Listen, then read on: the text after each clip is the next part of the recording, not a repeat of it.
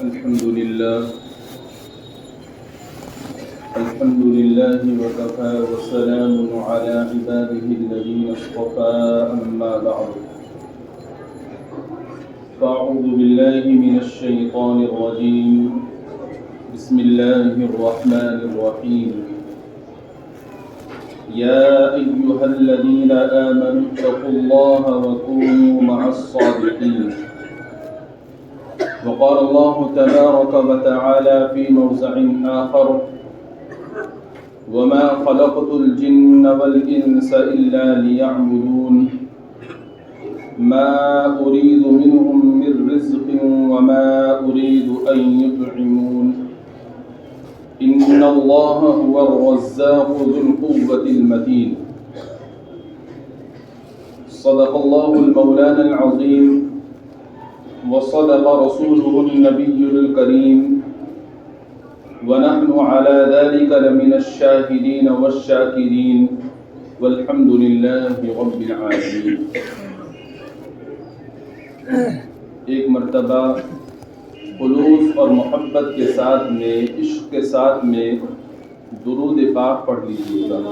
اللہم صلی علی سیدنا و مولانا محمد وعلى آل سيدنا ومولانا محمد وبارك وسلم. بزرگان محترم اور عزیز دوستو، یہ دنیا فانی ہے، ختم ہو جانے والی ہے، اور اس دنیا کے اندر جتنی بھی چیزیں ہیں وہ سب بھی فنا ہو جانے والی اور ختم ہو جانے والی چیزیں ہیں. باقی رہ جانے والی ذات صرف اور صرف اللہ تبارک و تعالی کی. اللہ رب العزت نے اس بات کو اپنے قرآن مقدس میں خود ارشاد فرمایا: کل من علیہا فان ویبقى وجہ ربک ذو الجلال والاکرام، کہ ہر چیز فنا ہو جانے والی ہے، صرف اللہ جل جلالہ کا نام باقی رہے گا. ایک جگہ ارشاد فرمایا: کل شیء ہالک الا وجہہ، ہر ایک چیز ہلاک ہونے والی ہے، صرف اللہ کی ذات باقی رہے گی. ہم اپنی روزمرہ کی زندگی میں اس کا بارہا مشاہدہ کر رہے ہیں کہ کتنے لوگ اس دنیا کے اندر موجود تھے لیکن آج موجود نہیں ہیں. پچھلے سال جو حضرات اس مجمع میں ہمارے درمیان میں موجود تھے لیکن آج وہ موجود نہیں ہیں. کتنے ایسے ہیں جو آج موجود ہیں کل نہیں ہوں گے. یہ سلسلہ اسی طرح سے چل رہا ہے. ہم مشاہدہ بھی کر رہے ہیں اور ہمیں معلوم بھی ہے، لیکن اس کے باوجود ہماری ساری زندگی اس دنیا کو حاصل کرنے میں اور اس دنیا کو کمانے میں صرف ہو رہی ہے.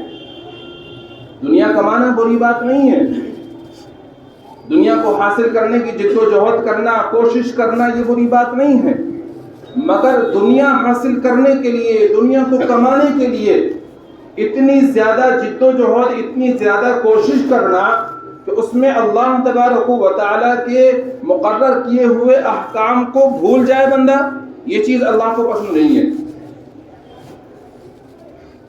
آدمی دنیا حاصل کرے، اس کے لیے جد و جہد کرے، کوشش کرے، کوئی بڑی بات نہیں ہے، لیکن اس کا خیال رکھے کہ ہم سے کوئی بھی کام ایسا نہ ہونے پائے جس میں اللہ تبارک و تعالیٰ کا حکم چھوٹ رہا ہو. اگر کوئی ایسا کام کر رہے ہیں جس میں اللہ کا حکم چھوٹ رہا ہے تو سمجھ لیجئے گا ہم اپنی آخرت کو برباد کر رہے ہیں. اللہ تبارک و تعالیٰ نے یہ آج کی رات آپ کو عطا فرمائی ہے. یہ رات بہت اہمیت کی حامل ہے. آپ نے احادیث سنی ہوگی اس سلسلے میں. ایک حدیث مبارکہ کے اندر آتا ہے کہ سال میں اللہ رب العزت نے 5 راتیں ایسی رکھی ہیں کہ جو بندہ ان 5 راتوں میں جاگ کر اللہ تبارک و تعالیٰ کی عبادت میں مشغول رہے گا، اللہ تبارک و تعالیٰ اس پر جنت کو واجب فرما دیں گے، وہ جنت کا حقدار اور مستحق بن جائے گا. ان 5 راتوں میں سے ایک رات یہ بھی ہے 15ویں شعبان کی رات، اور ایک رات شب قدر ہے. جو رمضان المبارک میں آتی ہے، اور تیسری رات عید الفطر کی رات ہے، چوتھی رات عید الاضحیٰ کی رات ہے، اور پانچویں رات عرفہ کی رات ہے، یعنی جس دن حاجی حضرات حج کا اہم رکن ادا کرنے کے لیے عرفات کے میدان میں جمع ہوتے ہیں، اس سے پہلے جو رات آتی ہے وہ عرفہ کے دن کی رات کہلاتی ہے۔ یہ 5 راتیں بہت اہمیت کی حامل ہیں۔ اگر ان راتوں میں سے کسی بھی رات میں اور ان 5 راتوں میں جس بندے کو اللہ تبارک و تعالیٰ کی عبادت کرنے کی توفیق مل گئی، سمجھ لیجئے گا وہ جنت کا مستحق اور حقدار بن گیا۔ ان میں سے ایک رات اللہ تبارک و تعالیٰ نے آپ کو یہ عطا فرمائی ہے۔ اب یہ جو رات اللہ تعالیٰ نے آپ کو عطا فرمائی ہے، اس رات کو میں اور آپ شب برات کے نام سے جانتے ہیں۔ بہت سے حضرات اس رات کا نام دیتے ہیں شب قدر۔ اصلاح کر لینی چاہیے، اس رات کا نام شب قدر نہیں ہے۔ شب قدر تو وہ رات ہے جس رات میں اللہ تبارک و تعالیٰ نے اپنے کلام کو اتارا ہے، اور شب قدر تو وہ رات ہے جس رات کے بارے میں اللہ تعالیٰ نے قرآن میں فرمایا کہ وہ 1000 مہینوں سے بہتر ہے، اور اس رات کے بارے میں حدیث مبارکہ کے اندر آتا ہے وہ رات رمضان المبارک میں آتی ہے۔ زیادہ تر جو اس کے بارے میں آتا ہے کہ رمضان المبارک کا جو آخری عشرہ ہے، ان آخری عشروں میں سے جو طاق کراتے ہیں، 21ویں شب ہے، 23ویں شب ہے، 25ویں شب ہے، اور اسی طرح 27ویں شب ہے، 29ویں شب ہے، کہ یہ 5 راتیں ایسی ہیں کہ وہ شب قدر ان راتوں میں سے کسی رات میں ہوتی ہے۔ تو اس کی ہمیں اصلاح کر لینی چاہیے کہ یہ جو آج کی رات ہے، یعنی 15 شعبان المعظم کی جو رات ہے، یہ رات شب قدر نہیں ہے، بلکہ یہ رات شب برات ہے۔ اس کا نام شب برات ہے۔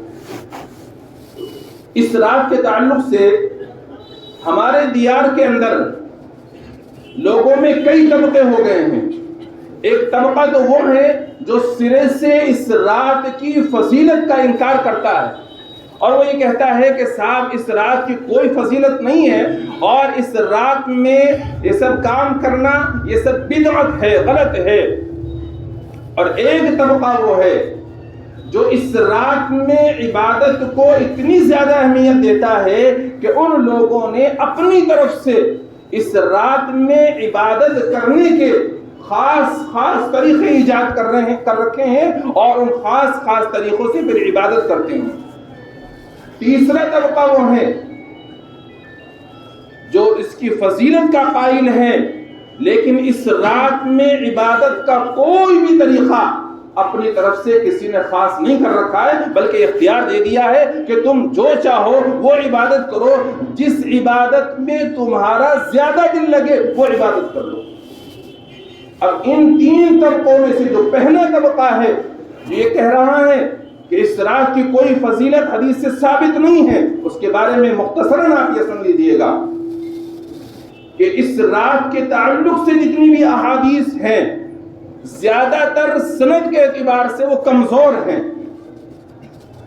سند کس کو کہتے ہیں آپ یہ سمجھیے مختصر انداز میں، جیسا کہ کسی صحابی نے اللہ کے نبی علیہ الصلوۃ والسلام سے حدیث سنی، اس صحابی نے وہ حدیث آگے نقل کی، اس نے پھر وہ تابعی کہلائے، ان تابعین نے آگے نقل کی، وہ تبع تابعی کہلائے، پھر انہوں نے آگے نقل کی، اس سے آگے نقل ہوتے ہوتے وہ ہمارے پاس آئی ہے۔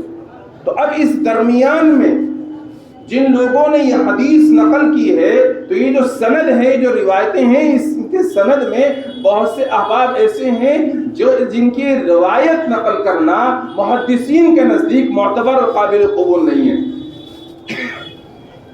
لیکن اس طرح کی تقریباً 10 صحابہ کرام ایسے ہیں جن 10 صحابہ کرام سے اس رات کی فضیلت کے بارے میں احادیث مروی ہیں، اگرچہ سند کے اعتبار سے کمزور ہیں کچھ، لیکن بعض احادیث حسن درجے کی بھی ہیں۔ اس لیے علماء کرام نے فرمایا کہ اگر کوئی حدیث سند کے اعتبار سے کمزور ہو اور اس کے مقابلے میں کوئی صحیح حدیث نہ آ رہی ہو، تو اس حدیث پر عمل کیا جائے گا، اور اس حدیث میں جو فضیلت وارد ہوئی ہے اس پر عمل کرنا یہ شریعت کا مزاج ہے، اور اس پر عمل کرے گا کوئی تو وہ اللہ تبارک و تعالیٰ کے نزدیک ثواب کا مستحق ہوگا۔ اور اگر کوئی حدیث سند کے اعتبار سے کمزور ہے لیکن اس کے نقل کرنے والے بہت سارے صحابہ ہیں تو پھر وہ حدیث حسن درجے کو پہنچ جاتی ہے. یہ بھی علماء کرام نے بیان کیا. لہذا اب جو حضرات یہ کہتے ہیں کہ اس رات کی کوئی فضیلت کسی حدیث سے ثابت نہیں ہے یا وہ کمزور حدیثیں ہیں، ضعیف حدیثیں ہیں، تو ان کے بارے میں جو باجواب تھا وہ میں نے آپ کو مختصر انداز میں دے دیا. اب جو حضرات یہ کہتے ہیں کہ اس رات کی فضیلت حدیث سے ثابت ہے، بے شک ثابت ہے، کوئی اس کا انکار نہیں کرتا، لیکن اپنی طرف سے کوئی بھی عبادت کا مخصوص طریقہ نہیں ہے. حدیث سے کوئی مخصوص طریقہ ثابت نہیں ہے.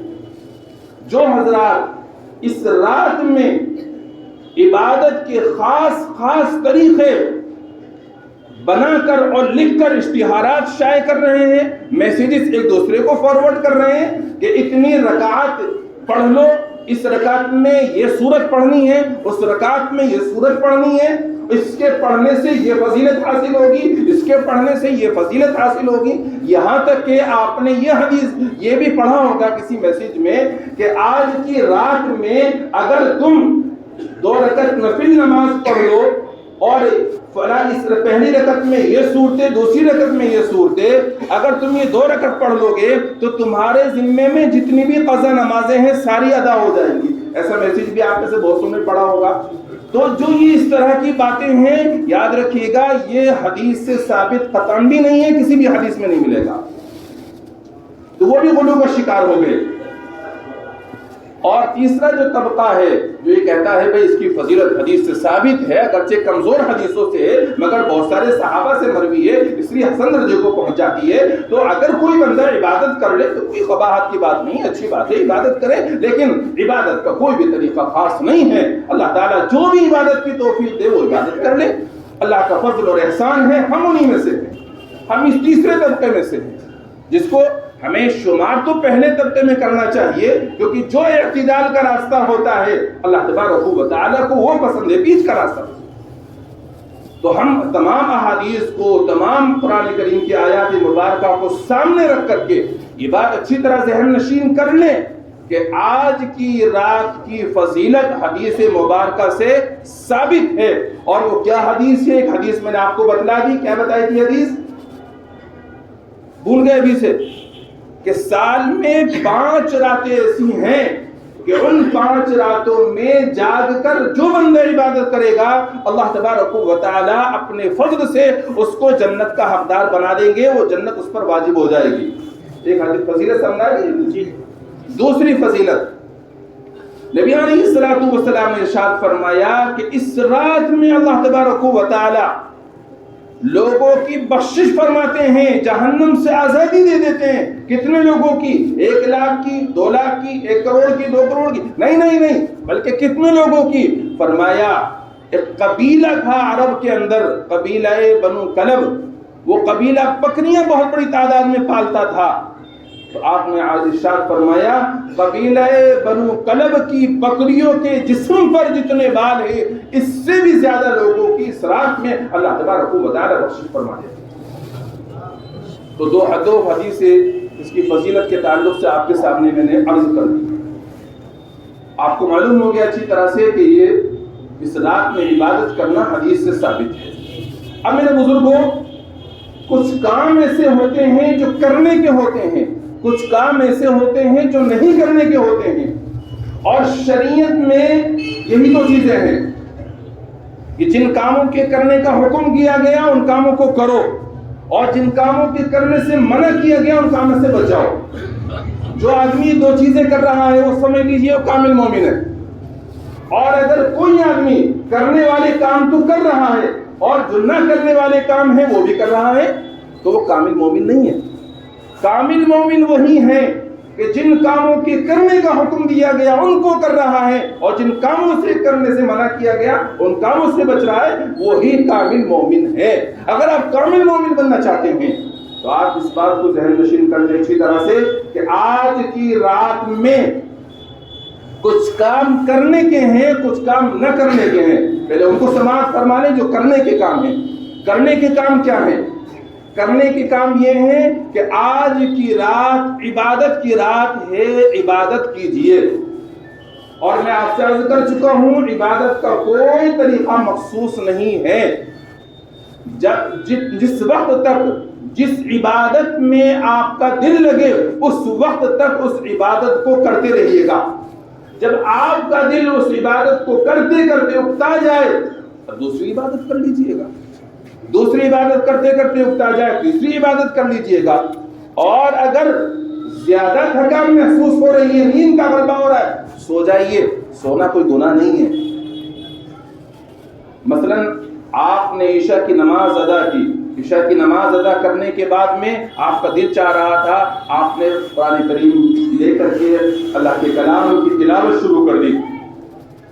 جب تک دل لگ رہا ہے تلاوت کرتے رہیے کرتے رہیے کرتے رہیے۔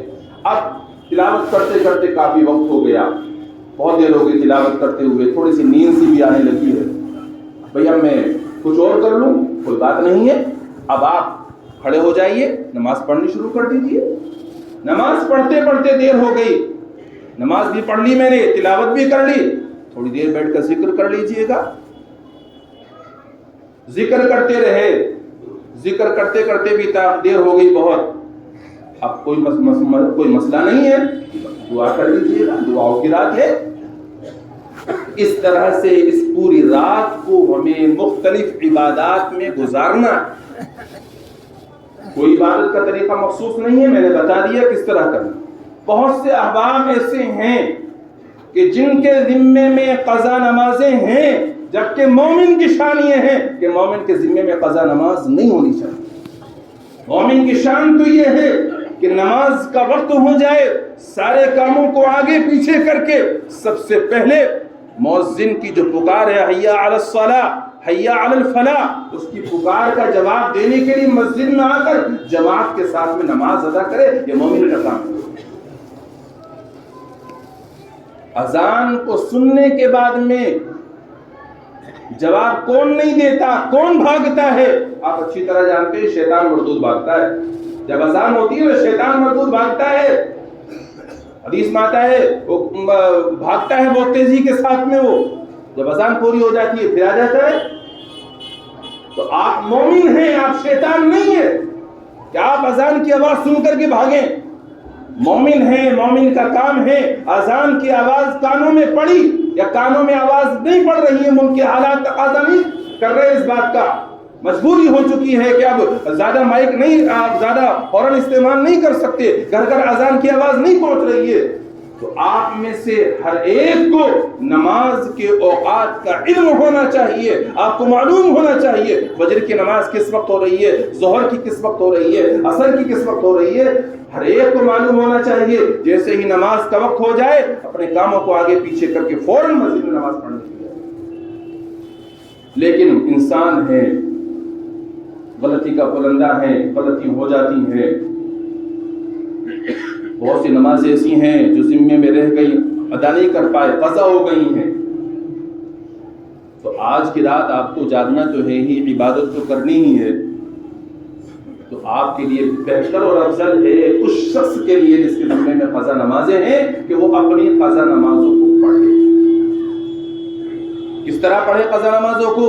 ہمیں وقت تو یاد نہیں ہے، ہمیں تاریخ یاد نہیں ہے، دن یاد نہیں ہے، مہینہ یاد نہیں ہے کہ کون سی تاریخ میں کون سے مہینے میں نماز قضا ہو گئی، ہمیں یہ بھی یاد نہیں ہے کتنی نمازیں ہمارے ذمے میں قضا ہیں۔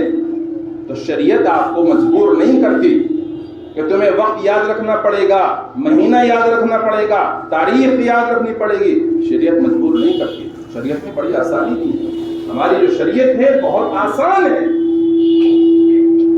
شریعت نے آسانی یہ دی ہے ہمیں میرے بزرگوں کہ اگر کسی کو یہ معلوم نہیں ہے کہ اس کے ذمے میں کتنی قضا نمازیں ہیں، بہت ساری قضا نمازیں ہو رہی ہیں، ایک تخمینہ کر لو، ایک اندازہ کر لو کہ میں اس سن میں بالغ ہو گیا تھا، بالغ ہونے کے بعد سے لے کر کے 1 سال 2 سال اللہ معاف فرمائے میں نے نمازیں نہیں پڑھی، اب اللہ نے توفیق دی ہے میں نے نماز پڑھنی شروع کر دی، تو آپ نے ایک اندازہ، ایک تخمینہ لگا لیا، اور جس طرف آپ کا ذہن کا زیادہ گمان ہو رہا تھا کہ اتنی نمازیں میرے ذمے میں قضا ہیں، ان نمازوں کو اندازہ اور تخمینہ کر کے پڑھنا شروع کر دیجیے گا۔ نیت کیا کریں گے؟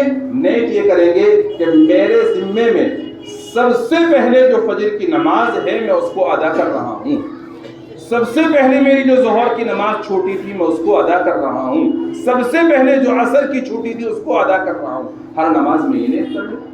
آج ایک دن کی نمازیں پڑھ لی، اب ایک دن کی پڑھنے کے بعد میں دوسرے دن پڑھے گا، پھر کیا نیت کرے گا؟ پھر بھی یہ نیت کرے گا، چونکہ پاک نمازیں تو ادا ہو چکی ہے۔ اس نیت کے ساتھ میں آپ قضا نمازیں ادا کر لیں۔ بہت سے لوگ نیت اس طرح سے کر لیتے ہیں کہ میں فجر کی نماز قضا کر رہا ہوں۔ یہ نیت نہیں کرنی ہے آپ کو، قضا تو ہو چکی ہے، اب تو اس کو پڑھ رہے ہیں کہ میرے ذمے میں جو فجر کی نماز ہے میں اس کو ادا کر رہا ہوں، اس کو پڑھ رہا ہوں، یہ نیت کر کے پڑھیں۔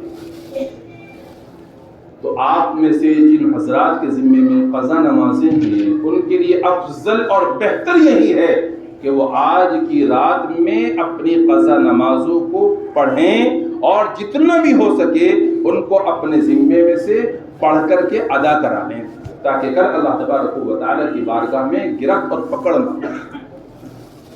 اور جن حضرات کے ذمے میں قضا نمازیں نہیں ہیں، بڑے خوش نصیب ہیں وہ حضرات، وہ میں نے بتا ہی دیا کہ مختلف طریقے سے وہ آج کی رات میں عبادت کرتے ہیں۔ اور جو یہ آپ نے میسیج میں نے بتایا تھا شروع پر ابھی آپ کو کہ جو میسیج چل رہا ہے کہ 2 رکعت اتنی صورتوں کے ساتھ میں پڑھ لیں مخصوص طریقے سے تو اس سے قضا نمازیں ادا ہو جاتی ہیں، یاد رکھیے گا وہ سراسر غلط میسیج ہے۔ اور اگر اس میسیج کی نسبت حضرت نبی کریم صلی اللہ تعالی علیہ وآلہ وسلم کی طرف کی گئی ہے اور آپ کو معلوم ہے کہ اللہ کے نبی کی طرف نسبت ہو رہی ہے اور پھر آپ اس پر عمل کر رہے ہیں یا آپ اس کو آگے بھیج رہے ہیں، آپ سمجھ لیجئے گا اپنا ٹھکانہ جہنم میں بنا رہے ہیں۔ اس لیے ایک حدیث مبارکہ کے اندر آتا ہے من کذب علی متعمدا فلیتبوأ مقعدہ من النار، جو میری طرف جان بوجھ کر کسی بات کی جھوٹی نسبت کرے وہ اپنا ٹھکانہ جہنم میں بنا لے۔ تو ایسی کوئی حدیث نہیں ہے، اگر آپ اس کو حدیث کہہ کر عمل کر رہے ہیں یا آپ اس کو آگے نقل کر رہے ہیں تو یہ بہت سخت پکڑ کی بات ہے، گرفت کی بات ہے۔ لہذا اب تک آپ نے اگر کسی کو ایسا میسیج کسی کو بھیجا ہو، فارورڈ کیا ہو تو آپ اس کو بتائیں، اس سے کہیں کہ مفتی صاحب نے بیان میں بتایا ہے کہ یہ بات سراسر غلط ہے، کسی بھی حدیث میں ایسا نہیں آیا ہے، بلکہ یہ ہے کہ جس کے ذمے میں جتنی قضا نمازیں ہیں اس کی ادائیگی کا طریقہ یہی ہے صرف اور صرف کہ وہ اس کو پڑھے، تبھی وہ ذمے سے ادا ہوگی۔ 2 رکعت پڑھنے سے ساری قضا نماز ذمے سے ادا نہیں ہوگی۔ آپ تھوڑا سوچئے ذرا سا کہ ایک شخص ہے جس نے کسی سے پیسے ادھار لے رکھے ہیں، بچپن سے ادھار لیتا چلا آیا، 2 روپے، 1 روپے، 3 روپے، 10 روپے، 5 روپے، اب ادھار ہوتے ہوتے بہت سارا ادھار ہو گیا۔ تو کوئی جس سے اس نے ادھار لیا ہے، آپ نے کسی کو دیکھا ہے کہ وہ یہ کہہ دے کہ بھائی تو ایسا کر کہ نیا یہ 500 کا نوٹ آیا ہے تو مجھے 500 کا نوٹ دے دے، تیرا سارا قرضہ ادا ہو جائے گا؟ کبھی نہیں سنا نا؟ جب تمہارے قرضے اس طرح سے ادا نہیں ہوتے، جو اللہ کا حق ہے وہ کیسے تمہاری 2 رکعت میں ادا ہو جائے گا؟ کیسے وہ حق اللہ کا پورا ہو جائے گا؟ اس لیے ان سب باتوں پر توجہ نہ دیجیے، یہ سب میسیجز غلط ہیں اور امت کو عمل سے روکنے والے ہیں، آپ ان پر دھیان نہ دیجیے، توجہ نہ دیجیے۔ اگر کسی کے ذمے میں قضا نمازیں ہیں وہ اس کو پڑھنی ہی ہوں گی، تبھی اس کے ذمے سے وہ ادا ہو سکتی ہیں، اور اگر کوئی نہیں پڑھ پایا، موت کا وقت قریب آ گیا ہے تو اب وہ یہ وصیت کر کے مرے گا کہ میرے ذمے میں اتنے نمازیں باقی ہیں، میرے انتقال کے بعد میں میرے مال میں سے میری نمازوں کا فدیہ ادا کر دیا جائے، میرے روزوں کا فدیہ ادا کر دینا، یہ اس کو وصیت کر کے بتا۔ لیکن زندگی کے اندر طریقہ اس کا یہی ہے کہ آپ کو وہ نماز پڑھنی پڑے گی، تبھی ذمے سے وہ ثابت ہے۔ تو میرے بزرگوں کو میں یاد کر رہا تھا اس رات میں عبادت آپ کو کس طرح سے کرنی ہے۔ بہت سے حضرات ہیں جو اس رات میں یہ چاہتے ہیں کہ ہم کوئی لمبی نماز پڑھ لیں، کیونکہ عام طور پر عام دنوں میں تو ہمارا مزاج یہ ہے کہ تو چل میں آیا والی نمازیں ہوتی ہیں، تو چل میں آیا والی نمازیں ہوتی ہیں۔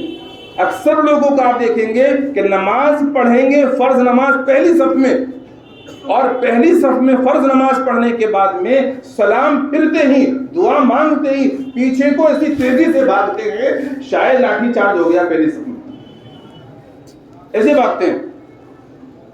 وہ سنتیں پڑھتے ہی نہیں ہیں، اور اگر پڑھتے بھی ہیں تو آپ کو معلوم ہے کیسے پڑھتے ہیں، مجھے بتانے کی ضرورت نہیں ہے. تو آج آپ کو اللہ تبارک و تعالیٰ نے یہ رات دی ہے، اور اس رات میں آپ نے ارادہ کر لیا کہ مجھے پوری رات عبادت کرنی ہے، تو لمبی نماز پڑھنے کو دل چاہ رہا ہے. بہت اچھی بات ہے، عام دنوں میں بھی لمبی نمازیں پڑھنی چاہیے، لیکن نہیں پڑھ پائے تھے، آج دل چاہ رہا ہے لمبی نمازیں پڑھو. کیسے پڑھو گے لمبی نماز؟ آپ کو جتنی صورتیں یاد ہیں اتنی صورتیں پڑھ لیجئے. مثال کے طور پر آپ کو 10 صورتیں یاد ہیں، 5 صورتیں پہلی رکعت میں پڑھ لیجئے گا، اور اگلی 5 صورتیں اگلی رکعت میں پڑھ لیجئے گا، تو یہ رکعت آپ کی لمبی ہو گئی. اور سبحان ربی الاعلی سجدے کی حالت میں، اور سبحان ربی العظیم رکوع کی حالت میں ہم عام دنوں میں جلدی جلدی ادا کرتے تھے، جبکہ جلدی ادا کرنا نہیں چاہیے. ہم 3 مرتبہ پڑھتے تھے، آج آپ زیادہ پڑھ لیجئے. لمبی نماز پڑھنے کو دل چاہ رہا ہے، ٹھہر ٹھہر کر پڑھ لیجئے. 3 کی بجائے 5 مرتبہ 7 مرتبہ پڑھ لیجئے، اور زیادہ پڑھ لیجئے، کوئی حرج نہیں ہے. آپ کی نماز لمبی ہو جائے گی. آپ کا دل چاہ رہا نہیں میں تو اور لمبی نماز پڑھوں گا، اس کے لیے پھر شریعت مطہرہ نے ہمیں ایک نماز اور دی ہے. اس نماز کو صلاۃ التسبیح کہا جاتا ہے. وہ نماز بھی آپ پڑھنا چاہتے ہیں وہ نماز بھی پڑھیے گا. اکابر کا معمول ہے وہ نماز پڑھنے کا، اور حدیث میں اس کی فضیلت بھی آئی ہے. اس نماز کی برکت سے اللہ تبارک و تعالی گناہوں کو معاف فرما دیتے ہیں. اگرچہ وہ حدیث بھی سند کے اعتبار سے کمزور ہے، مگر کوئی عمل کر لیتا ہے، ضروری نہیں سمجھتا ہے، تو کوئی حرج نہیں ہے. انشاءاللہ اس کے گناہ اللہ تعالی اس نماز کی برکت سے معاف فرما دے. اب آپ کہیں گے مفتی صاحب آپ نے صلاۃ التسبیح پڑھنے کا تو بتا دیا، مگر مجھے تو طریقہ ہی نہیں آتا. تو چلو طریقہ بھی ہم ہی بتائیں گے، بھائی سارے کام ہم ہی کر لیتے ہیں، پڑھ آپ لیجئے گا. جب آپ پڑھیں گے تو انشاءاللہ ثواب ہمیں بھی کچھ نہ کچھ مل ہی جائے گا. عموماً آپ لوگوں کو جو طریقہ معلوم ہے،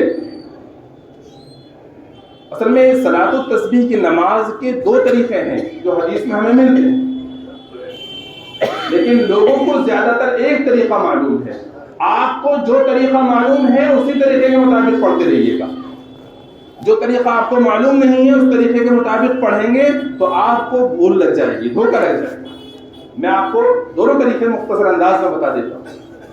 تیسرا کلمہ پڑھا جاتا ہے صلاۃ التسبیح کی نماز میں، اور تیسرا کلمہ پورا نہیں پڑھا جاتا بلکہ اتنا پڑھا جاتا ہے سبحان اللہ. پڑھیے، یا مجھے پتہ چل گیا آپ کو تیسرا کلمہ یاد ہے. سبحان اللہ والحمد للہ ولا الہ الا اللہ واللہ اکبر، صرف اتنا پڑھنا ہے. 4 رکعت نماز صلاۃ التسبیح کی نیت کر لیجئے گا کہ میں نیت کرتا ہوں 4 رکعت صلاۃ التسبیح کی، رخ میرے کعبہ شریف کی طرف واسطہ اللہ تعالیٰ کی نیت کریں. نہیں زبان سے نیت کر پا رہے، صرف دل میں ارادہ کر لیجئے گا کہ میں صلاۃ التسبیح پڑھ رہا ہوں. یاد رکھیے گا نیت دل کے ارادے کا نام ہے، زبان سے تو اس کا اظہار ہوتا ہے. نہیں اظہار کریں گے کوئی مسئلہ نہیں ہے، صرف آپ نے دل میں ارادہ کر لیا میں صلاۃ التسبیح پڑھ رہا ہوں، اتنا کافی ہے. نیت کر کے آپ 4 رکعت کی نیت باندھیں گے. نیت باندھنے کے بعد سب سے پہلے آپ ثنا پڑھیں گے. ثنا سبحانک اللہم پڑھنے کے بعد میں آپ تیسرا کلمہ 15 مرتبہ پڑھ لیجیے. 15 مرتبہ پڑھنے کے بعد میں اعوذ باللہ پڑھیے، بسم اللہ پڑھیے، سورہ فاتحہ پڑھیے. اس کے بعد میں سورت ملا لیجیے. سورت ملانے کے بعد میں اب کھڑے کھڑے ہی 10 مرتبہ اور یہ کلمہ پڑھیے. کتنے مرتبہ ہو گیا؟ 25 مرتبہ ہو گیا. اب آپ کو رکوع میں جانا ہے. رکوع میں جانے کے بعد میں پہلے رکوع کی تسبیح پڑھیے. رکوع کی تسبیح پڑھنے کے بعد میں 10 مرتبہ پڑھ لیجیے، گنتے رہیے گا. 35 ہو گیا. اب اس کے بعد کھڑے ہو جائیے. کھڑے ہونے کے بعد سمیع اللہ لمن حمدہ ربنا ولک الحمد حمدا کثیرا طیبا مبارکا فیہ، اس کو پڑھیے. اس کو پڑھنے کے بعد میں پھر کیا پڑھیے؟ 10 مرتبہ تیسرا کلمہ پڑھ لیجیے. کتنے ہو گیا؟ 45 ہو گیا. اب آپ سجدے میں چلے جائیے. سجدے میں جانے کے بعد میں سجدے کی تسبیح پڑھیے سبحان ربی الاعلیٰ، اس کے بعد میں 10 مرتبہ پڑھ لیجئے، 55 ہو گیا۔ اس کے بعد بیٹھ جائیے، بیٹھنے کے بعد میں آپ 10 مرتبہ پڑھ لیجیے گا۔ دونوں سجدوں کے درمیان میں جو بیٹھتے ہیں اس کو جلسہ بولتے ہیں۔ جلسے میں کتنی مرتبہ؟ 10 مرتبہ۔ کتنی مرتبہ ہو گیا؟ 65 ہو گیا۔ اب آپ دوسرے سجدے میں چلے جائیے، دوسرے سجدے میں جا کر کے پھر آپ کتنی مرتبہ پڑھیں گے؟ 10 مرتبہ۔ کتنی مرتبہ ہو گیا؟ 75 مرتبہ ہو گیا۔ اب دوسرے سجدے کے بعد میں سیدھے کھڑے ہو جائیے، سیدھے کھڑے ہوتے ہی پہلے 15 مرتبہ، پھر سورت ملانے کے بعد 10 مرتبہ۔ وہ طریقہ تھا میں نے جو پہلی رکعت میں، وہی طریقہ ہر رکعت میں آپ کو۔ اس طرح سے آپ کے 300 مرتبہ یہ تسبیح ہو جائے گی۔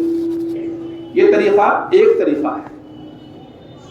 آپ لوگ شاید اس طریقے کے مطابق نہیں پڑھتے، آپ کو دوسرا طریقہ معلوم ہے، کوئی حرج نہیں ہے۔ دوسرا طریقہ یہ ہے کہ کھڑے ہونے کے بعد ثنا پڑھیں گے، ثنا کے بعد میں سورہ فاتحہ سورت ملانے کے بعد 15 مرتبہ پڑھیں گے۔ اس کے بعد رکوع میں جا کر 10 مرتبہ، رکوع سے اٹھ کر 10 مرتبہ، سجدے میں جا کر 10 مرتبہ، سجدے سے اٹھ کر 10 مرتبہ، پھر سجدے میں 10 مرتبہ، 65 ہو گیا۔ اب دوسرے سجدے سے اٹھ کر بھی آپ کو 10 مرتبہ پڑھنا ہے۔ اب 75 مرتبہ ہو گیا۔ آپ لوگ عام طور پر ایسے پڑھتے ہیں، ایسے پڑھ لیجیے، کوئی حرج نہیں۔ دونوں طریقے میں نے آپ کو بتا دیے، دونوں حدیث سے ثابت ہے، چاہے اس طرح پڑھ لیجیے چاہے اس طرح پڑھ لیجیے، جیسا آپ کو سہولت اور آسان لگے۔ یہ صلاۃ و تسبیح اگر آپ پڑھنا چاہتے ہیں تو اس طرح سے پڑھ لیجیے گا۔ میرے بزرگوں، یہ رات عبادت کے ساتھ ساتھ دعا کی رات بھی ہے۔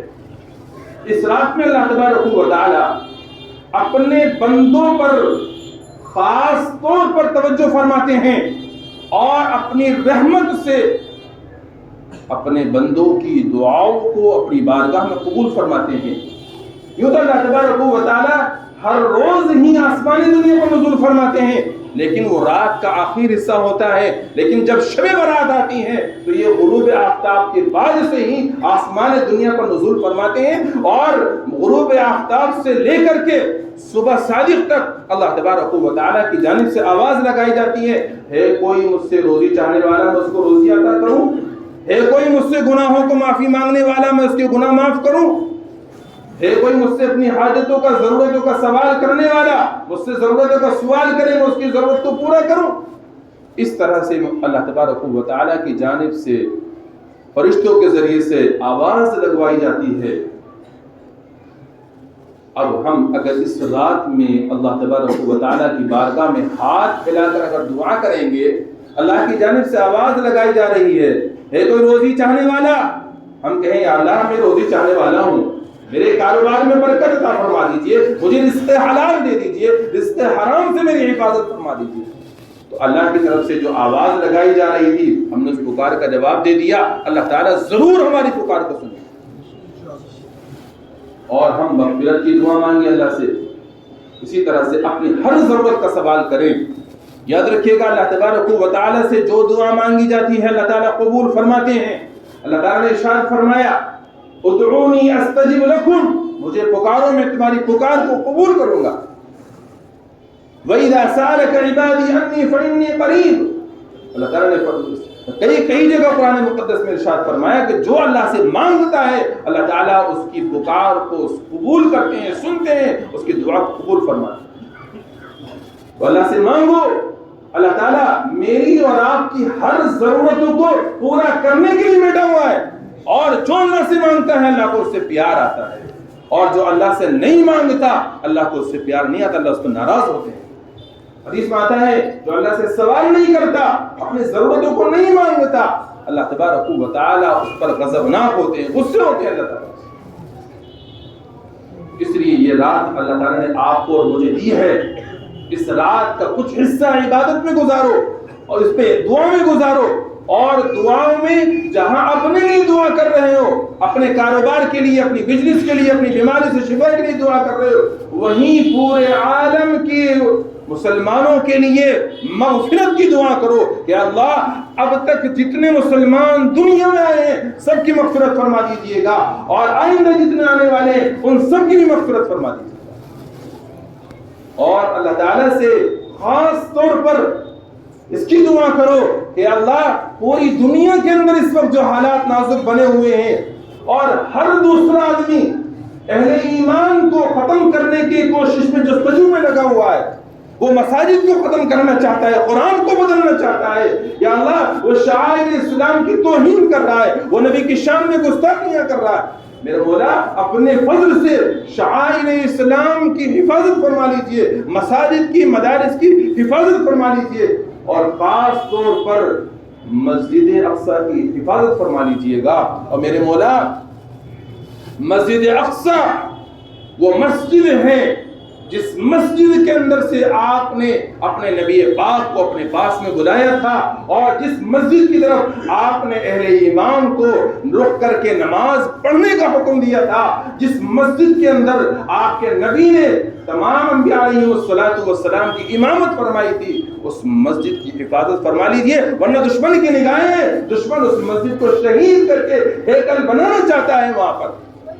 تو آپ آج کی اس رات میں اللہ کی بارگاہ میں دعا جب کریں تو خاص طور پر مسجد اقصی کی آزادی کی دعا کریں، اور اس وطن میں، اس شہر میں جو لوگ آباد ہیں ان پر کئی مہینوں سے جو ظلم و زیادتیاں ہو رہی ہیں، اللہ کی بارگاہ میں ہاتھ اٹھا کر رو رو کر ایسے رو لیں جس طرح سے کوئی بچہ اپنی ماں سے اپنی ضرورت کو پورا کرانا چاہتا ہے، ماں منع کرتی ہے، نہیں میں تجھے نہیں دوں گی، وہ روتا ہے، ماں منع کرتی ہے، وہ روتا رہتا ہے، بالآخر ماں کو رحم آتا ہے، اور ماں بچے کے رونے پر، اس کے ضد کرنے پر جو چیز نہیں دینا چاہ رہی تھی وہ اس کو دے دیتی ہے۔ تو آج کی اس رات کے اندر اپنے رب کے سامنے اس طرح رو لو اور گڑ گڑا لو۔ اگر تم رو لیے، گڑ گڑا لیے، تمہارے آنسو تمہارے رخساروں پر بہہ گئے، تو یاد رکھو تمہاری ایک دعا اگر بارگاہ عزت کے اندر قبول ہو گئی، وہ مسجد آزاد ہو جائے گی، اور جو اتنے زمانے سے وہاں کے باشندوں پر ظلم ہو رہا ہے، قتل عام ہو رہا ہے، وہ رک جائے گا۔ میرا تو کچھ نہیں بگڑے گا، آپ کا کچھ نہیں بگڑے گا، لیکن میری ایک دعا سے اگر یہ اللہ تعالیٰ نے اس کو قبول کر کے وہاں کے حالات اگر استوار فرما دیے، صحیح کر دیے، تو میرے بزرگ کو بہت بڑی بات ہو جائے گی۔ اس لیے جہاں آپ دعا آج کی رات میں کریں تو ضرور بھی ضرور اس ملک کے لیے، مسجد اقصی کے لیے، وہاں کے باشندوں کے لیے دعا کریں۔ سب کریں گے انشاءاللہ، بولنا نہیں ہے بالکل بھی، اور اپنے ملک کے لیے بھی دعا کریں۔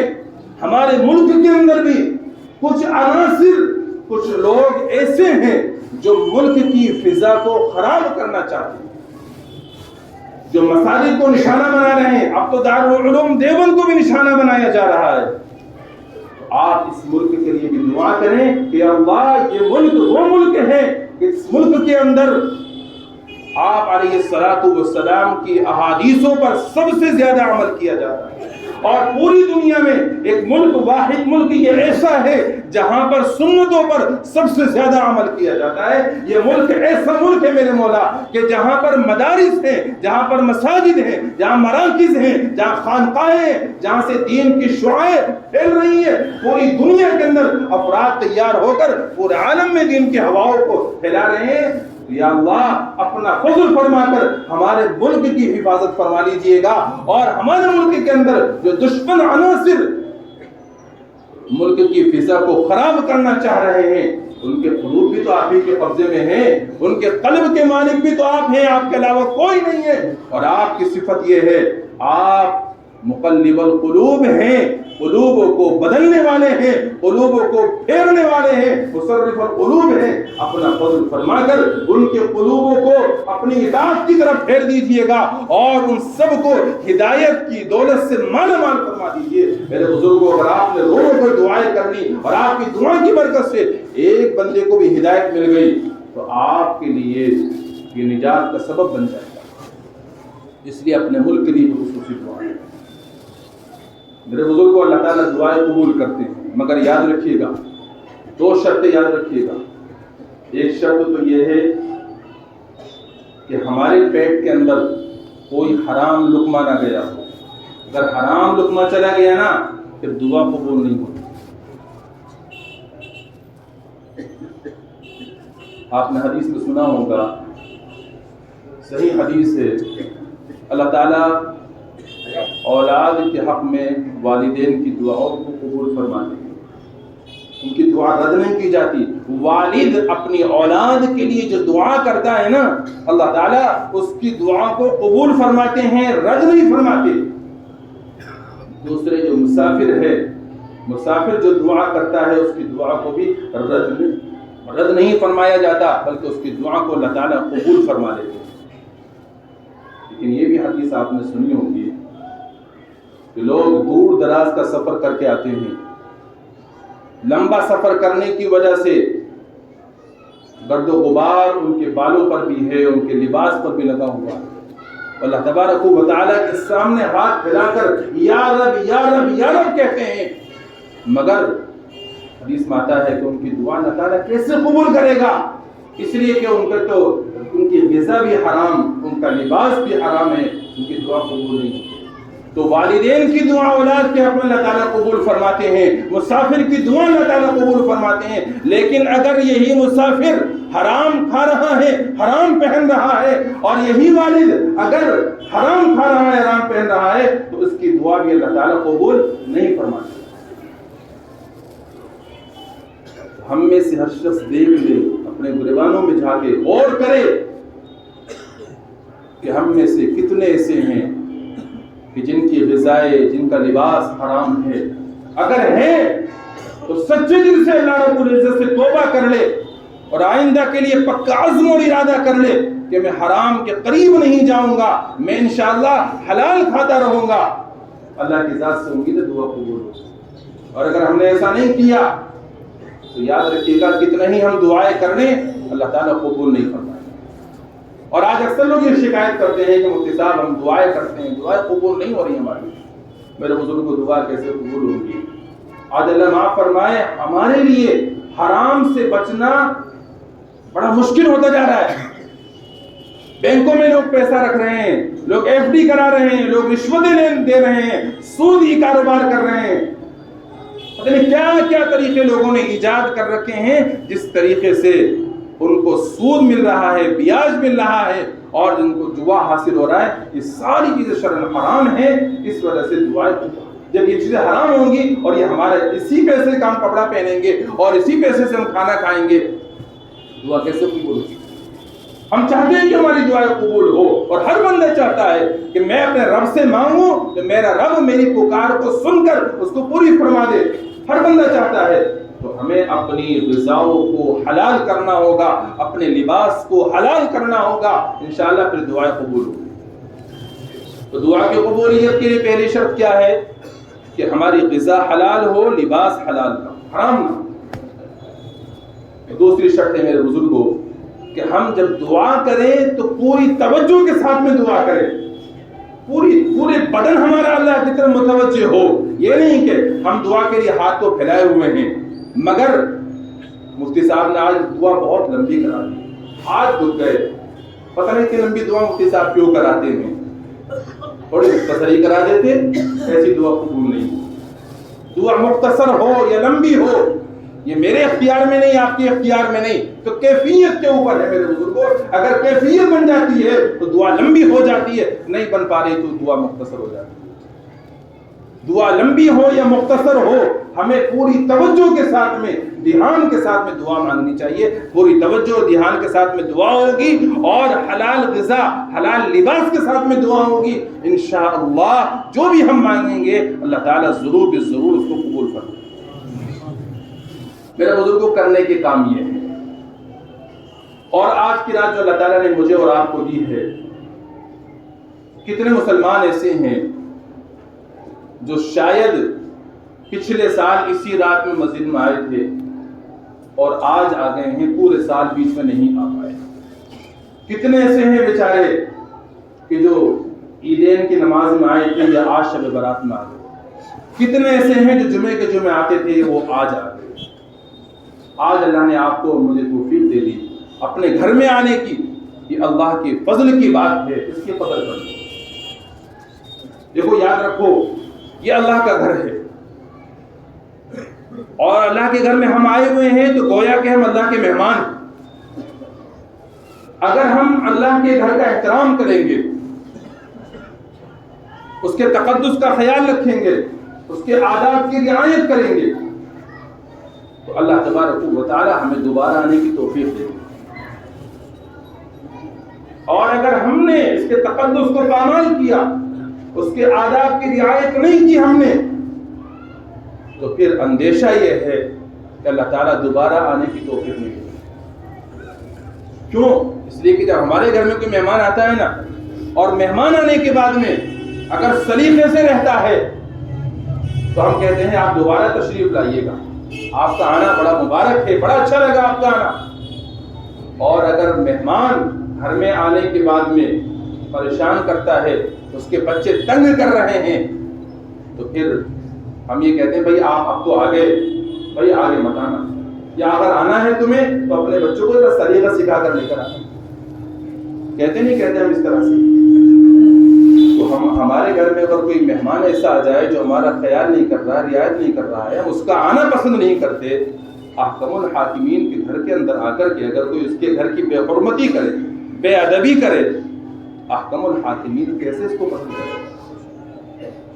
اس لیے اللہ تعالیٰ نے جو آج کی رات آپ کو دی ہے، اور آپ پورے سال میں آج آئے ہیں، یا جمعے کے جمعے آتے تھے آج آ گئے، یا عیدین میں آتے تھے آج آ گئے، اس کی قدر کر لو، اور جتنا ہو سکے اللہ کے گھر میں بیٹھ کر عبادت میں مصروف ہو جاؤ۔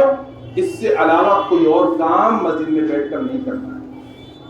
اگر تم نے مسجد میں بیٹھ کر موبائل چلایا، اگر تم نے مسجد میں بیٹھ کر ایک دوسرے کو میسیجز کیے، اگر تم نے مسجد میں بیٹھ کر گیم کھیلا، اور کتنے نالائق ایسے ہیں مسجد میں بیٹھ کر مووی دیکھتے ہیں، تو یاد رکھیے گا تم مسجد کی بے حرمتی کر رہے ہو، مسجد کی پامالی کر رہے ہو، مسجد کے تقدس کو تم پامال کر رہے ہو، تو پھر اندیشہ یہ ہے کہ تمہیں دوبارہ آنے کی توفیق نہ ملے۔ اور میں آپ سے عرض کروں، آج کل جو دور ہے یہ ایسا دور ہے کہ ہر بندے کے پاس میں موبائل ہے، کیمرے والا موبائل ہے، اور بڑی آسانی، بڑی سہولت سے آپ کا فوٹو کھینچ لے گا، آپ کو پتہ بھی نہیں چلے گا۔ اگر آپ مسجد میں بیٹھ کر گیم کھیل رہے، یا آپ مووی چلا رہے، یا آپ میسیجز بھیج رہے ایک دوسرے کو، یا آپ مسجد میں لیٹ کر سو گئے، یا آپ مسجد میں بیٹھ کر چار لوگ بیٹھ کر گپ شپ کر رہے ہیں، انہوں نے آپ کی خاموشی سے ویڈیو بنا لی اور سوشل میڈیا پر ڈال دی، اس دنیا کے اندر ہی آپ اتنے ذلیل اور رسوا ہوں گے کہ آپ منہ دکھانے قابل کہیں نہیں رہیں۔ ابھی زندہ مثال اس کی میں بتا رہا ہوں۔ اللہ کے گھر میں خانہ کعبہ کے سامنے بیٹھ کر ایک بندہ موبائل میں گیم کھیل رہا ہے، اللہ کے گھر خانہ کعبہ کے سامنے بیٹھ کر کے گیم کھیل رہا ہے، لوگ طواف کر رہے ہیں، کسی نے اس کی ویڈیو بنا لی اور ویڈیو بنا کر سوشل میڈیا پر ڈال دی۔ اتنی رسوائی اس کی ہو رہی ہے، شاید وہ ویڈیو آپ حضرات نے بھی دیکھی۔ اس لیے میں آپ کو یہ بات کر رہا ہوں، ایک تو اس ڈر سے اللہ کے گھر کی بے حرمتی، بے ادبی نہیں کرنی ہے کہ کہیں مجھے اللہ تعالیٰ اپنے گھر میں آنے سے روک نہ دے، اور دوسرے اس ڈر سے بھی کہ کہیں ایسا نہ ہو کہ میں کچھ گڑبڑ سڑبڑ کروں، مسجد میں کیمرے بھی لگے ہوئے ہیں، اور کہیں ایسا نہ ہو کوئی میری تصویر بنا لے، میری ویڈیو بنا لے اور اس کو سوشل میڈیا پر ڈال دے تو میری بہت بڑی رسوائی اور بے عزتی ہو جائے گی۔ اس چیز کو سوچتے ہوئے آپ اللہ کے گھر کا احترام کیجئے، بے حرمتی سے اپنے آپ کو بچائیے، بے ادبی سے اپنے آپ کو بچائیے، اور جن کے بچے مسجد میں آنے کے بعد میں شرارتیں کر رہے ہیں، جن کے بچے مسجد میں آنے کے بعد خوردن کر رہے ہیں، وہ اپنے بچوں کو سمجھائیں، انہیں تربیت کریں، ان کو بتلائیں کہ بیٹا یہ اللہ کا گھر ہے، یا دنگا نہیں کرتے، یا بدتمیزی نہیں کرتے۔ اگر آپ سمجھائیں گے، ان کو اپنے ساتھ میں رکھیں گے تو انشاءاللہ وہ بچے دنگا نہیں کریں۔ میرے بزرگوں، اللہ کے گھر کا احترام بہت زیادہ کرنا چاہتا ہوں۔ یاد رکھو یہ رات عبادت کی رات ہے، صرف جاگنے کی نہیں ہے کہ ہمیں بس عبادت جا کر، یعنی یہ رات جا کر گزارنی ہے چاہے جو کچھ کریں، نہیں۔ یاد رکھیے گا، جس طرح سے کسی جگہ کی عظمت ہوتی ہے، اگر اس جگہ میں کوئی گناہ کیا جاتا ہے تو اس کا وبال بھی بڑھ جایا کرتا ہے، جس طرح سے یہ رات فضیلت والی رات ہے، اس رات میں عبادت کرنا باعث اجر و ثواب ہے، اور اس رات میں اللہ کی بارگاہ میں عبادت کرنا اللہ کی بارگاہ میں اپنے گناہوں کی مغفرت کرانے کا سبب اور ذریعہ ہے۔ اسی طرح سے اگر اس رات میں کوئی گناہ کے کام کرتا ہے تو وہ اپنے لیے جہنم کا ایندھن اکٹھا کر رہا ہے، وہ جہنم کا حقدار اپنے آپ کو بنا رہا ہے۔ اس لیے اس کا پورا خیال رکھنا ہے آپ کو. مسجد کی قطن بھی بے حرمتی نہ ہونے پائے. اگر آپ کو نیند آ رہی ہے گھر چلے جائیے, سو جائیے. گھر میں والدہ سے کہہ دیجئے, بیگم سے کہہ دیجئے, بہن سے کہہ دیجئے کہ بہن میں تھوڑی دیر کے لیے سو رہا ہوں, 1 گھنٹہ 2 گھنٹہ, آپ مجھے 2 گھنٹے بعد اٹھا دینا, 1 گھنٹے بعد اٹھا دینا. 1 گھنٹے 2 گھنٹے میں آپ کی نیند کچھ کم ہو جائے گی, غلبہ کم ہو جائے گا, پھر اٹھ کے عبادت کر لیجیے. اور اگر نیند کا زیادہ ہی غلبہ ہو رہا ہے تو نیند بھگانے کے لیے باتوں میں مصروف مت ہوئیے, نیند بھگانے کے لیے چوراہوں پر مت گھومیے, نیند بھگانے کے لیے گیم مت کھیلیے, بلکہ آپ سو جائیے. یاد رکھیے گا, اگر آپ نے عشاء کی نماز جماعت سے ادا کر لی تو حدیث کے مطابق آپ نے آدھی رات عبادت میں گزار دی, اور اگر فجر کی نماز بھی آپ نے جماعت سے ادا کر لی تو باقیہ آدھی رات بھی آپ نے عبادت میں گزار دی. آپ عشاء کی نماز جماعت سے پڑھ چکے ہیں اور فجر کی نماز جماعت سے پڑھ لیں گے, درمیان میں آپ کچھ بھی عبادت نہیں کر رہے ہیں, پوری رات آپ کو عبادت کا ثواب مل جائے. یہ اس سے بہتر ہے کہ آپ مسجد میں بیٹھ کر مسجد کی بے حرمتی کریں, مسجد کے آداب, مسجد کے تقدس کو پامال کریں. یہ اس سے بہتر ہے کہ آپ سو جائیں. اور میرے بزرگوں, اس رات میں لوگوں کا معمول ہے کہ لوگ قبرستان جاتے ہیں. جائیے قبرستان, کوئی منع نہیں ہے, لیکن یاد رکھیے گا قبرستان جانے کا مقصد موت کی یاد ہے, خالی ایصال ثواب نہیں ہے. ایصال ثواب تو یہاں بیٹھ کر بھی آپ کر سکتے ہیں, آپ یہاں بیٹھ کر کے جو چاہے پڑھ کر کے اپنے مرحومین کو ثواب پہنچا سکتے ہیں, کوئی حرج نہیں ہے, ثواب پہنچ جائے گا. لیکن قبرستان جانے کا جو اصل مقصد ہے وہ موت کی یاد ہے, کہ وہاں جا کر بندہ موت کو یاد کرے. تو قبرستان جانا چاہتے ہیں, اس طرح جائیں کہ آپ کو وہاں جا کر موت کی یاد آئے. اور اگر آپ کو لگ رہا ہے کہ وہاں جا کر موت کی یاد نہیں آئے گی, کوئی قطعاً ضرورت نہیں ہے آپ کو وہاں جانے کی. جہاں موجود ہے وہیں پر آپ جتنا چاہے وہ پڑھ کر کے مرحومین کو ثواب پہنچاتے ہیں. اور آج کی رات میں سمجھتا ہوں کہ شاید ہی کوئی ہو جس کو قبرستان جانے کے بعد موت کی یاد آتی ہو. اس لیے کہ آج کل ہمارے یہاں قبرستانوں کے اندر اتنا اہتمام ہونے لگا, لائٹیں لگائی جاتی ہیں, اور چائے کا انتظام ہوتا ہے, شربتوں کا انتظام ہوتا ہے. بعض علاقوں میں قبرستانوں کے اندر جلسے جلوس ہوتے ہیں. آپ بتائیے مجھے, جہاں رونق ہے, جہاں لائٹوں کا انتظام ہے, سارے نظم کیے گئے ہیں, وہاں آپ کو موت کی یاد آئے گی یا وہاں آپ اس کو دعائیں دیں گے جس نے سب انتظامات کیے ہیں؟ موت کی کہاں یاد آئے گی؟ اور اگر آپ موت کو یاد کرنا چاہتے ہیں تو آپ اکیلے میں جائیں گے, تنہائی میں جائیں گے, تب آپ کو موت کی یاد آئے گی. اگر آپ ایک ٹولی بنا کر جائیں گے, دوست و احباب کے ساتھ جائیں گے, تو آپ کو قطعاً بھی موت کی یاد نہیں آئے گی, بلکہ آپ وہاں جا کر قبرستان کی بھی بے حرمتی کریں گے, قبروں کی بھی بے حرمتی ہو جائے گی. اس لیے پھر آپ کے لیے مشورہ یہ ہے, قبرستان جانے کی قطعاً آپ کو کوئی ضرورت نہیں ہے. یہ قبرستان جانا شب برات کے اعمال میں سے ایک عمل نہیں ہے. یاد رکھیے گا, حضور اکرم صلی اللہ تعالی علیہ وآلہ وسلم سے جو عمل جس درجے میں ثابت ہو اس کو اسی درجے میں رکھنا چاہیے, اپنی طرف سے اس میں گھٹانا بڑھانا نہیں چاہیے. آپ علیہ السلام پوری حیات طیبہ میں 1 یا 2 مرتبہ صرف قبرستان تشریف لے گئے, اور وہ بھی تنہا اور اکیلے گئے ہیں. یہاں تک کہ آپ نے اپنی چہیتی اور لاڈلی بیوی امی عائشہ صدیقہ رضی اللہ تعالی عنہا کو بھی نہیں بتایا کہ میں قبرستان جا رہا ہوں. جب آپ تنہا تشریف لے گئے تو ہمیں بھی اگر جانا ہے قبرستان, اس سنت پر عمل کرتے ہوئے تنہا جائیں, اکیلے جائیں, ساتھ میں جانے کی کوئی ضرورت نہیں ہے. قبرستان جانا ہے تو اس طرح سے جائیں جیسے میں نے بتایا ہے. اگر اس طرح نہیں جا سکتے ہیں تو مت جائیے قبرستان, علاوہ نقصان کے فائدہ کچھ نہیں ہوگا. اگلے دن آپ چاہتے ہیں کہ میں روزہ رکھوں, اگر آپ اگلے دن کا روزہ رکھنا چاہتے ہیں تو یاد رکھیے گا, خاص 15 شعبان المعظم کے روزے کی کوئی فضیلت حدیث مبارکہ سے ثابت نہیں. خاص 15 شعبان المعظم آپ اگر رکھنا چاہتے ہیں روزہ رکھیے, ضروری مت سمجھیے.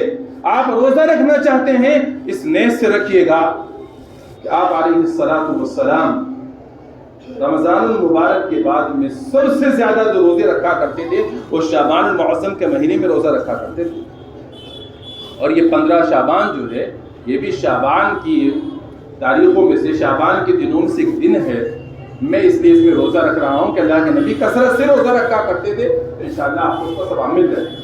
اور اگر آپ ضروری سمجھ کر رکھ رہے ہیں، سنت سمجھ کر رکھ رہے ہیں، تو یہ غلط ہے، سنت نہیں ہے اور ضروری بھی نہیں ہے، لہٰذا آپ سنت سمجھ کر، ضروری سمجھ کر روزہ نہیں رکھیں گے، بلکہ آپ اس نیت سے رکھ لیں کہ اللہ کے نبی علیہ الصلوۃ والسلام شعبان المعظم کے مہینے میں کثرت سے روزہ رکھا کرتے تھے۔ اور خاص 15 تاریخ کو مت رکھیے گا، پورے مہینے میں جب چاہیں جب رکھ لیجیے گا۔ نبی علیہ الصلوۃ والسلام ہر مہینے کے 3 روزے رکھا کرتے تھے، چاند کی 13 تاریخ، 14 تاریخ اور 15 تاریخ کا۔ تو ہم سب کو اپنا معمول بنانا چاہیے ان تاریخوں میں روزہ رکھنے کا۔ نہیں رکھ پائے، کل کا روزہ رکھ رہے ہیں، اس نیت سے رکھ رہے ہیں کہ اللہ کے نبی کا معمول تھا، تو انشاءاللہ آپ کو اس کا اجر مل جائے گا، ضروری سمجھ کر نہیں۔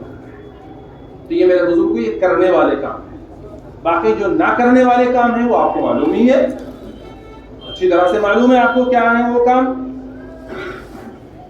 اللہ تبارک و تعالی جب ہمیں کوئی عبادت کے مواقع فراہم کرتے ہیں نا، تو کوئی عبادت کے مواقع فراہم کرنے کا مقصد یہ ہوتا ہے کہ اللہ تعالیٰ اپنے بندوں کو اپنے قریب لانا چاہتے ہیں۔ یہ بندہ دنیا میں مصروف تھا، مشغول تھا، زیادہ بزی تھا، اس کے بزی رہنے کی وجہ سے مجھ سے دور ہو گیا، لہٰذا اب اس کو ایک میں موقع دے رہا ہوں کہ یہ رات دے رہا ہوں، یہ فلاں وقت دے رہا ہوں کہ اس رات میں، اس وقت میں یہ تھوڑا سا عبادت زیادہ کر کے میرا قرب حاصل کر دے۔ اس لیے اللہ تبارک و تعالیٰ ایسے مواقع فراہم کرتے رہتے ہیں۔ اب اللہ تعالیٰ جب ایسے مواقع فراہم کرتے ہیں نا، تو ہمارا دشمن کون ہے معلوم ہے آپ کو؟ ہمارا دشمن شیطان مردود ہے۔ اللہ تعالیٰ نے ارشاد فرمایا ان الشیطان للانسان عدو مبین، کہ یہ شیطان انسانوں کا کھلا ہوا دشمن ہے، یہ مردود ہمارا کھلا ہوا دشمن ہے۔ اس نے یہ دیکھا کہ اللہ نے اس کو یہ رات دی ہے عبادت کرنے کے لیے، اگر یہ اس رات میں عبادت کر لے گا تو یہ اللہ کا قرب حاصل کر لے گا، اور میرے اسی انسان کی وجہ سے میں اللہ کی بارگاہ سے دور ہو گیا، اللہ نے مجھے اپنی بارگاہ سے باہر نکال دیا تھا، لہٰذا یہ اللہ کے قریب نہیں ہونا چاہیے، اگر یہ قریب ہو گیا تو معاملہ خراب ہو جائے گا، لہٰذا اب وہ آپ کو مشورے دیتا ہے۔ وہ کیا مشورے دے رہا ہے؟ وہ یہ مشورہ دے رہا ہے بھائی آج اللہ نے تمہیں عبادت کی رات دی ہے، چلو تھوڑا سا یہ مخصوص غذا بنا لے، یہ والا کھانا بنا لے، یہ والا کھانا بنا لے۔